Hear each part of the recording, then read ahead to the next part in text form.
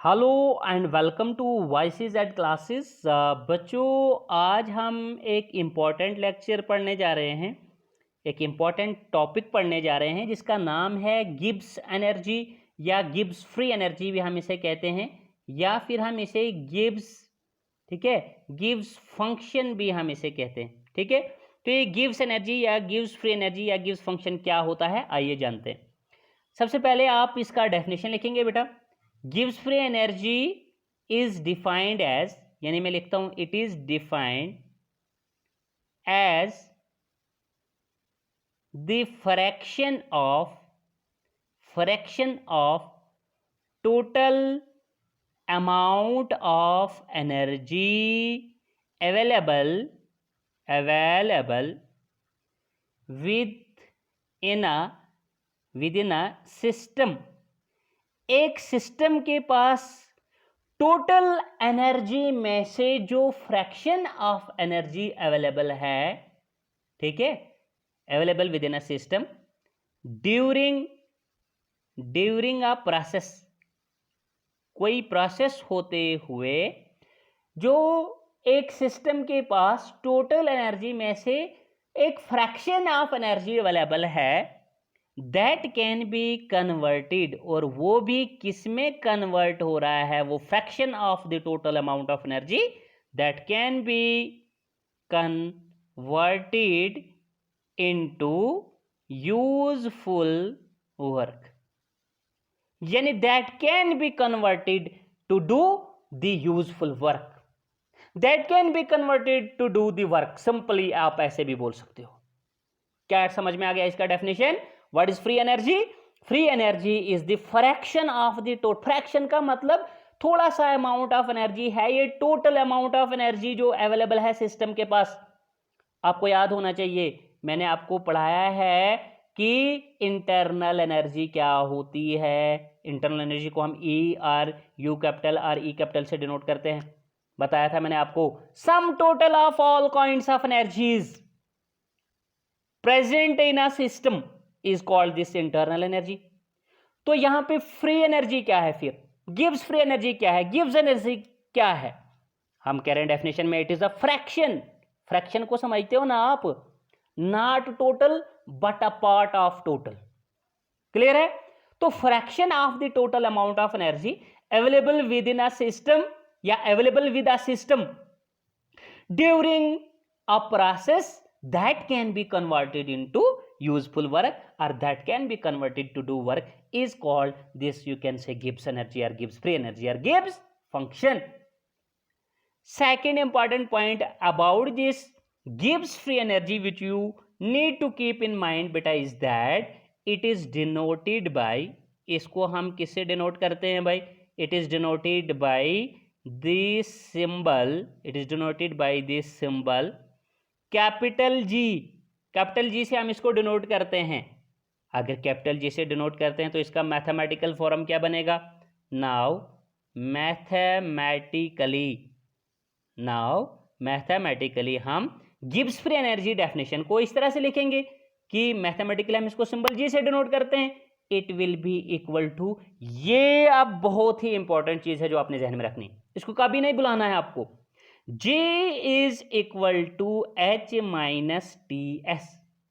अगर कोई बच्चा मुझे इस तरह से बताए कि sir Gibbs free energy is the difference of enthalpy and the product of temperature and entropy, तो मैं काफी ज्यादा खुश हो जाऊंगा, क्योंकि इस रिलेशन के मुताबिक इसका डेफिनेशन यही बनता है, डिफरेंस आ रहा है एंथैल्पी या जिसको हीट कंटेंट भी हम कहते हैं उसके बीच और product of temperature and entropy के बीच, इस चीज का नाम है गिब्स फ्री एनर्जी, और उसी को हम कहते हैं fraction of the total amount of energy available with a system during a process that can be converted to do the work और यूजफुल वर्क। इसका मैथमेटिकल फॉर्म ये है, वेयर, यहां पे थोड़ा सा आप बताएंगे, where H is equal to, बेटा एच क्या है यहाँ पे? ये पुरानी टर्म है, हम जानते हैं इसे, it is enthalpy of system. ये सिस्टम की एंथैल्पी होती है। अब एंथैल्पी क्या होती है वो मैंने आपको बताया, एंथैल्पी होती है आगे E plus P V, sum of internal energy and product of pressure and volume, ये भी आपको मालूम होना चाहिए। फिर उसके बाद लिखेंगे एस क्या है इसमें, S is equal to entropy, S is equal to entropy of system. Entropy भूल तो नहीं गया, मेजर ऑफ रैंडमनेस, कितनी ज्यादा फ्रीडम ऑफ मूवमेंट है सिस्टम में, सिस्टम के पार्टिकल्स में, ठीक है, तो उसे हम एंट्रोपी बोलेंगे, या मेजर ऑफ रैंडमनेस, या जिसको डिसऑर्डर भी आप बोलते हो, तो उसे हम एंट्रोपी बोलेंगे। तो S here is entropy of the system. उसके बाद टी, टी इज बेटा एब्सोल्यूट टेम्परेचर, ठीक है, जो टेम्परेचर एब्सोल्यूट होगा इस प्रोसेस के दौरान उसे हम यहाँ पे बुलाएंगे इस तरह से टी से, T is equal to absolute temperature. तो ये चीज़ यहाँ पे मैंने आपको गिब्स फ्री एनर्जी का मैथमेटिकल नोटेशन जो है, मैथमेटिकल फॉर्म जो है ये बताया आपको, लेकिन साथ ही साथ में आपने को ये चीज़ भी मैंने बताई कि अगर कोई बच्चा कहेगा कि गिब्स एनर्जी, कोई बोलेगा नहीं गिब्स फ्री एनर्जी, तो आपने यहाँ पे झगड़ना नहीं है, लड़ना नहीं है आपस में, आपने बताना है गिब्स फ्री एनर्जी को ही गिब्स एनर्जी भी कहते हैं, इसे गिब्स फंक्शन भी कहते हैं, ठीक है, ये एक ही चीज़ है। तो नेक्स्ट स्टार पॉइंट में आप लिखेंगे कि gives free energy is a state function, gives free energy, gives free energy is a state function. बेटा क्या होती है ये, एक स्टेट फंक्शन होती है। अब मुझे बार बार बोलना है क्या स्टेट फंक्शन क्या होता है, that is it depends upon the final and initial states of the system, ठीक है, क्योंकि जो चीज़ इनिशियल फाइनल इनिशियल स्टेट्स पे डिपेंड करती है उसी को हम स्टेट फंक्शन कहते हैं। तो ये भी एक स्टेट फंक्शन है, ये भी एक इनिशियल फाइनल स्टेट्स पे जो है वो डिपेंड करती है, इस वजह से हम इसे एक स्टेट फंक्शन मानेंगे। एंड देन अगर ये एक स्टेट फंक्शन है, and then change in Gibbs free energy, जिसको मैथमेटिकली लिखेंगे डेल्टा जी इक्वल्स टू, ये तो आप आराम से करेंगे, आप बताएंगे सर अगर जी गिब्स फ्री एनर्जी है, delta G change in Gibbs free energy है, हम बता देंगे ये आएगा G2 minus G1, G2 minus यानी Gibbs free energy in final state minus Gibbs free energy in initial state, G2 minus G1, ठीक है भाई, क्लियर है। But you have to keep in mind also that we have to derive a relation in derive an expression you can say in terms of this change in Gibbs free energy, delta G पे आपको एक expression भी बनानी है जो अभी हम करने वाले हैं। इसी के साथ आपको याद रखना है स्टैंडर्ड गिब्स फ्री एनर्जी। ये क्या चीज़ है स्टैंडर्ड गिब्स फ्री एनर्जी, ये फ्री एनर्जी ही है बेटा, जो एनर्जी समझ में आ गया वही है ये भी, लेकिन अगर तुम गिब्स फ्री एनर्जी को ऑब्टेन करते हो eight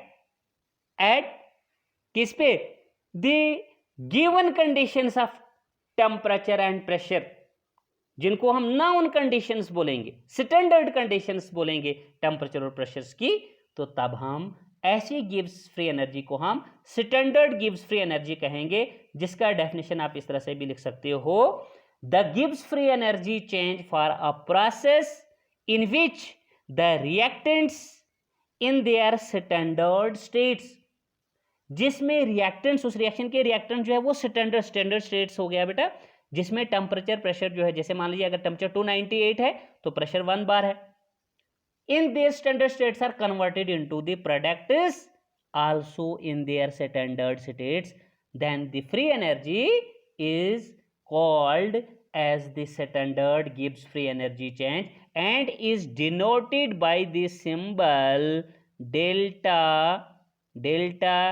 G not, delta G not से हम इसको डिनोट करते हैं स्टैंडर्ड गिब्स फ्री एनर्जी को। चलिए ठीक है, नेक्स्ट क्वेश्चन हम छोटा सा करते हैं बेटा। अभी मैंने बताया था कि एक्सप्रेशन लिखनी है और टॉपिक लिखेंगे उसका आप change in Gibbs free energy, change in Gibbs free energy. Change in Gibbs free energy के लिए आप क्या लिखेंगे, आप बताएंगे बेटा अभी हमने G equals to H minus T S पढ़ाया आपको, जिसको इक्वेशन फर्स्ट माना हमने, जैसे गिब्स फ्री एनर्जी का रिलेशन बताया हमने, डेफिनेशन बता के मैथमेटिकल फॉर्म लिखा, हमने लिखा G is equal to H minus T S, मैंने उसको इक्वेशन फर्स्ट माना है। तो यहाँ आप बताएंगे इस क्वेश्चन को शुरू करने से पहले, from equation first we have, equation first के मुताबिक हमारे पास क्या है, हमारे पास है इक्वेशन फर्स्ट के मुताबिक free energy, Gibbs free energy का रिलेशन जो कि है G equals to H minus TS। इसको आपने इक्वेशन फर्स्ट बताया ऊपर। बेटा आपको ये भी तो पता है but the H are value of this H, ये H जो है ये किसके बराबर है? H एंथैल्पी है, but H is equal to, H in turn is equal to E plus PV, that means sum of internal energy and product of pressure and volume. ये E plus PV के बराबर है। तो then अगर ये बात है, ये इक्वेशन आपकी हो गई सेकंड, कौन सी? H is equal to E plus PV। Then आप यहां क्या करेंगे? Then use equation second in first wicket. जरा इक्वेशन सेकंड को यूज करो किसमें?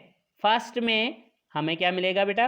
देखो हमें क्या मिलेगा, we get G equals to, जहां H था ना, H माइनस TS, वहां H की जगह पे हम लिखेंगे E plus PV, E plus PV, और माइनस TS जैसे था वैसे आएगा। क्लियर है? अब यहां पे देखिए, अगर हमारा क्वेश्चन है change in Gibbs free energy, तो दिस इंप्लाइज जैसे ही मैं G के साथ डेल्टा G लिखूंगा, तो जो भी इसका रिलेशन आगे उसके साथ भी डेल्टा लिखना पड़ेगा ना। तो equals to E internal energy है, वो एक स्टेट फंक्शन है, इसके साथ भी मैं आराम से डेल्टा E लिख सकता हूं। क्या लिख सकता हूं? Delta E। प्लस लिखूंगा मैं PV है ना यहाँ पे, मैं यहाँ लिखूंगा डेल्टा, और पैरेंथेसिस में लिखूंगा PV माइनस डेल्टा, और फिर पैरेंथेसिस ब्रैकेट में मैं लिखूंगा TS। इसे याद रखना बेटा। चलिए जब ये आएगा तो अब आप कहोगे कि सपोज करो, नाउ सपोज दैट, आप सपोज करो कि जो प्रोसेस है वो कैरी हो रहा है constant temperature and pressure. Now if a process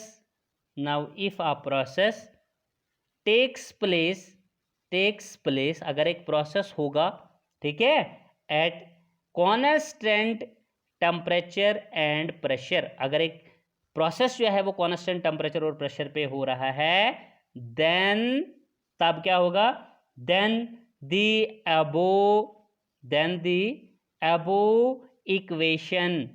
above equation becomes, ये कुछ और हो जाएगी, और ये क्या बनेगी?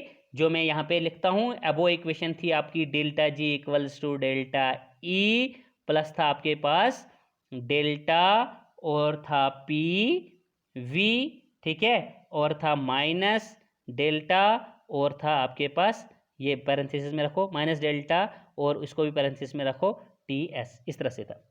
इसको जब हम कांस्टेंट टेम्परेचर प्रेशर में लिखेंगे तो ये हो जाएगी बेटा delta G equals to, this implies delta G is equal to delta E, तो ऐसे ही रहेगा।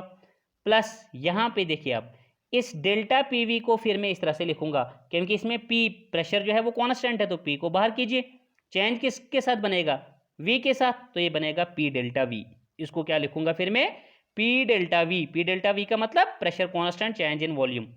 इसी तरह से यहाँ आगे बढ़ेंगे तो माइनस, यहाँ डेल्टा इंटू TS है आपका, तो TS में टेम्परेचर जो है वो कांस्टेंट है, जैसे मैंने पहले बताया कि अगर यहाँ पे प्रोसेस ऐसा हो, ये कंडीशन ले रहा हूँ मैं, if a process is occurring at constant temperature and pressure, then the above equation becomes, ऐसा मैंने आपको बताया। तो यहाँ पे आपने लिखा कि माइनस T को, टेम्परेचर को, कांस्टेंट को बाहर करेंगे तो चेंज बनाएंगे डेल्टा S के साथ। डेल्टा किसके साथ बनाएंगे? S एंट्रोपी के साथ, तो T डेल्टा S आएगा, कुछ इस तरह से ये।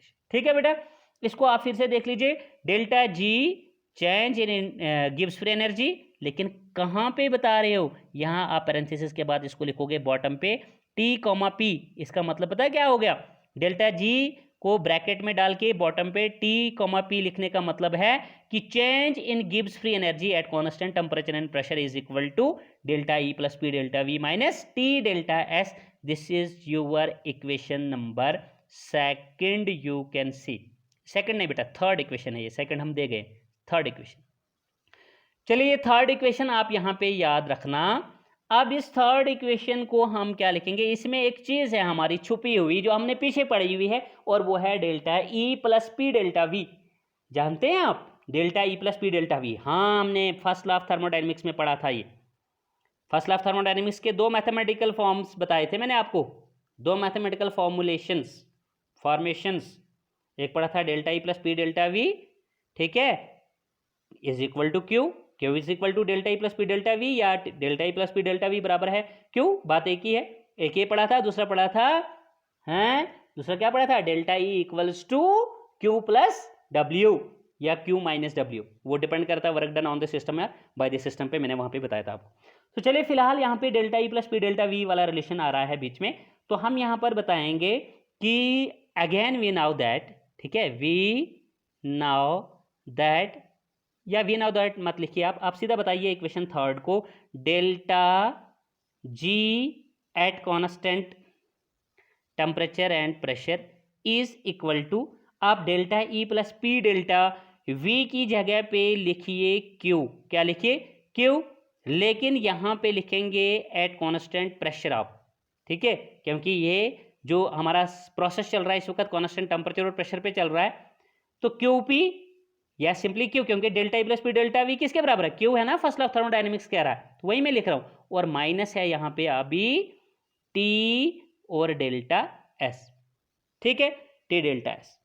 तो फिर मैं इसको और सिंप्लीफाइड फॉर्म में लिख रहा हूं, delta G at constant temperature and pressure is equal to, और अब आपको क्यू पी पता है, क्यू पी पढ़ा ना आपने पीछे, Q P is equal to delta H, heat energy at constant pressure is equal to delta H आया था हमारे पास, और Q V heat energy at constant volume equals to आया था डेल्टा ई। भाई ये रिलेशन है, याद रखो, ये अभी नहीं लग रहा हमको, ये वाला लग रहा है हमको, Q P equals to delta H, तो मैं delta H G at constant temperature pressure is equal to Q P की जगह पे मैं डेल्टा एच लिखूंगा।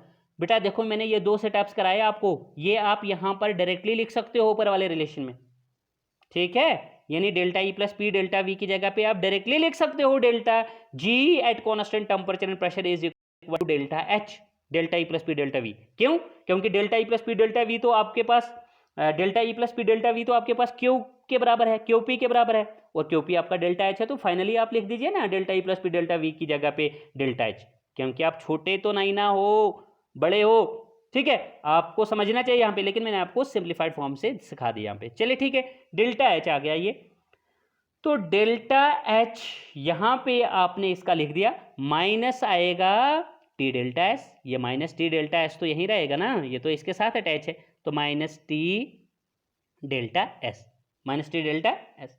बेटा देखो ये जो आपके पास इक्वेशन यहाँ पर आ गई, ये इक्वेशन मैं थोड़ा सा क्या करता हूँ, मैं ऐसे लिखता हूँ कि डेल्टा जी, अगर मैं इस इक्वेशन का नाम यहाँ पे कुछ और दे दूँ, ऊपर मैंने इक्वेशन नंबर 3 दिया था, चलिए हम इसको इक्वेशन नंबर 4 बोल देते हैं, क्या बोलते हैं इसको, इक्वेशन नंबर 4। अब यहाँ पे आप लिखोगे दिस इक्वेशन 4, ठीक है, can be written in a simple notation as, this equation 4 can be written in a simple notation।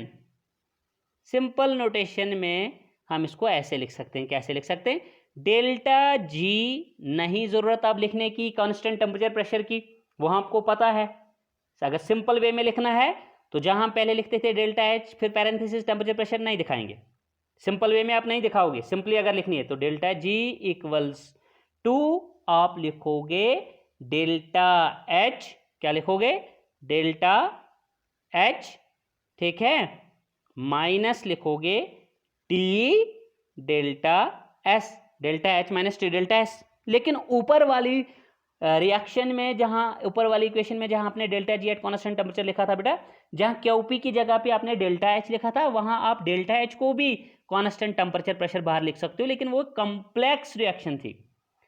यहाँ पे आप इसको बताओगे थोड़ा सिंपल वे में लिखोगे तो सिंपली लिखोगे delta G equals to delta H minus complex, वहां मेरा मतलब है कि वहां पे हमने कंडीशंस भी बताई एट कॉन्स्टेंट टेम्परेचर प्रेशर, यहाँ पे हमने कोई कंडीशंस नहीं बताई, सिंपली लिख दिया delta G equals to delta H minus T delta S, ठीक है।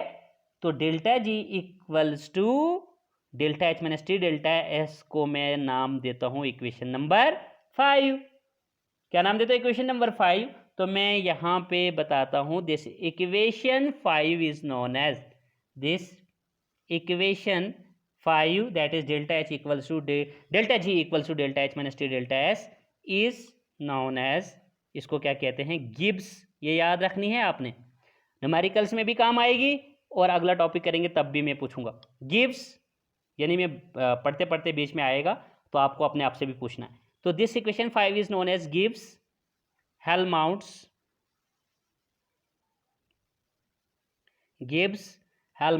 इक्वेशन, बेटा हम इसको कहते हैं। कभी आपको ये ऑब्जेक्टिव में आ सकती है। गिब्स हेल्महोल्ट्ज इक्वेशन इज, आपको इक्वेशन याद होनी चाहिए तभी एक नंबर आप ले सकते हो। Delta G equals to delta H minus T delta S, delta G equals to delta H minus T delta S. लेकिन एक और इंपॉर्टेंट चीज यहां बताऊंगा, अगर delta G equals to delta H minus T delta S है, इसको आप ऐसे भी लिख सकते हो बच्चों। आप लिखोगे डेल्टा एच किसके बराबर आएगा, तो ये माइनस टी डेल्टा एस है ना, इसको राइट साइड से ट्रांसपोज लेफ्ट साइड में करो, तो लेफ्ट साइड में डेल्टा जी ठहर रहा है ना इसको, तो माइनस टी डेल्टा एस वहां पे जाके प्लस हो जाएगा टी डेल्टा एस। अगर इस तरह से कभी आपकी इक्वेशन है, इसको भी समझना, ये भी गिब्स हेल्महोल्ट्ज इक्वेशन ही है, चाहे डेल्टा जी इक्वल टू करके बताओ या डेल्टा एच इक्वल टू करके बताओ। ये बहुत इंपॉर्टेंट बात है, यहां पे ध्यान रखना। अगर कभी आपको ऑब्जेक्टिव में बेटा ये इक्वेशन नहीं मिल रही है जिसको आपने सीधे सीधे यहां पे बताया था delta G equals to delta H minus T delta S Gibbs Helmholtz equation, तो फिर कहीं देखना है कि ये बेसिक, ये तो याद रखनी है, यहां से देखना है कहीं डेल्टा एच इक्वल्स टू करके तो नहीं है इक्वेशन, या कहीं टी डेल्टा एस करके तो नहीं है, तो यहाँ आगे पीछे करके आपने देखना है कहीं वो सिचुएशन तो नहीं है, तो उस सिचुएशन में अगर होगी तो आपने फिर उसको टिक वही वाला करना है, ठीक है। तो खैर ये कोई कॉम्पिटिटिव एग्जाम की बात में बीच में बता रहा हूँ, तो वो भी आपने ध्यान रखना है, न्यूमेरिकल्स में आपने इनका यूज करना है। तो ये रिलेशन है, जब तक ना आप याद रखोगे तब तक इम्पॉसिबल है न्यूमेरिकल प्रॉब्लम करना, ठीक है। आपको न्यूमेरिकल प्रॉब्लम्स करनी है, आपको रिलेशंस याद रखने पड़ेंगे, ठीक है। जितने भी रिलेशंस जिस भी प्रॉपर्टी के आते चले आ रहे हैं, जिस भी टॉपिक में हम पढ़ रहे हैं, मैं आपको बता रहा हूं साथ साथ में उस टॉपिक में कि ये इंपॉर्टेंट है, आपने उस पर फोकस करना है। तो अब हम इस पे लास्टली क्या पढ़ेंगे बेटा, यूनिट पढ़ लेते हैं आज इसमें, ठीक है। यूनिट्स ऑफ डेल्टा जी, ये जो फ्री एनर्जी है इसका यूनिट भी पढ़ लेते हैं, फ्री एनर्जी चेंज, ठीक है।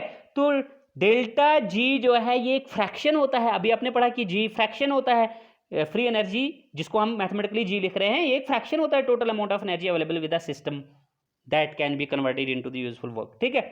तो आपने यहां लिखना है simply units of Gibbs free energy में इट्स यूनिट मतलब फ्री एनर्जी का unit, its unit is same as that of energy, मतलब जो नॉर्मल एनर्जी जो होती है उसका जो यूनिट होता है ना, क्या यूनिट होता है उसका, जूल। क्या होता है, एनर्जी का यूनिट क्या है, जूल। तो अगर मोल के हिसाब से बताना, आप लिखोगे जूल पर मोल। अगर थोड़ा बिगर यूनिट में लोगे आप लिखोगे किलो जूल पर मोल। तो ये जूल पर मोल, किलो जूल पर मोल ही इसका यूनिट रहेगा नॉर्मल एनर्जी की ही तरह, जो नॉर्मल एनर्जी का यूनिट रहता है इसी तरह से सेम यूनिट होगा इस गिब्स फ्री एनर्जी का भी।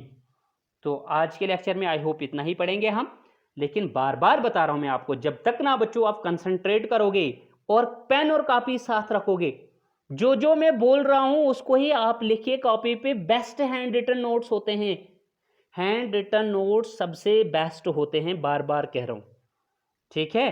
कोई नोट्स करने की आपको वो नहीं है, जो मैं बता रहा हूं यहां पे आप अपनी कॉपी रख लीजिए, पेन रख लीजिए, जो मैं बता रहा हूं, जो मैं यहां पे कर रहा हूं वो आप वीडियो को पॉज करके यहां से लिख लीजिए अपनी कॉपी पे, वही आपके नोट्स हो जाएंगे, ठीक है। या आप ऐसा कीजिए, पहले आप वीडियो को अच्छे से सुन लीजिए, उसके बाद आप पॉज करके नोट्स कर लीजिए इसके कॉपी पे, जो मैं बता रहा हूं। मैं कौन सी डेफिनेशन मैं नहीं बोल रहा हूं, कौन सा मैथमेटिकल एक्सप्रेशन है जो मैं नहीं लिख रहा हूं, मैं तो डिस्प्ले कर रहा हूं, मैं तो लिख रहा हूं।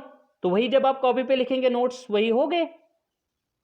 क्या आपको जरूरत है नोट्स जो है वो ढूंढने की, सर पीडीएफ सेंड करो, वो करो, ये करो। आई होप, देखो अगर आप चाहते हो कोई दिक्कत नहीं मेरे को पीडीएफ सेंड करना, मैं कर दूंगा, बट अगर आप यहां से करते तो उससे आपको दो फायदे हो जाते। एक तो आपका कंसंट्रेशन मेंटेन रहता और दूसरा आपको पूरा लेक्चर जो है वो भी समझ में आ जाता। ठीक है, चलिए जैसा आप बेहतर समझें। तो आज के लेक्चर में इतना ही बेटा, लेकिन फाइनली बताना चाहूँगा कि अगर अभी तक भी आपने सब्सक्राइब चैनल नहीं किया है तो प्लीज़, और फोर्सबली नहीं, ज़बरदस्ती नहीं, अगर आप चाहते हैं, अच्छा लगता है आपको लेक्चर्स, अच्छे लगते हैं मेरे लेक्चर्स आपको, तो तब आप लेक्चर्स को बेटा इस चैनल को मैं सब्सक्राइब कीजिए और लाइक शेयर वगैरह भी कीजिए। ठीक है, तो चलिए आज के लेक्चर में इतना ही। Goodbye, take care and stay fit and stay safe.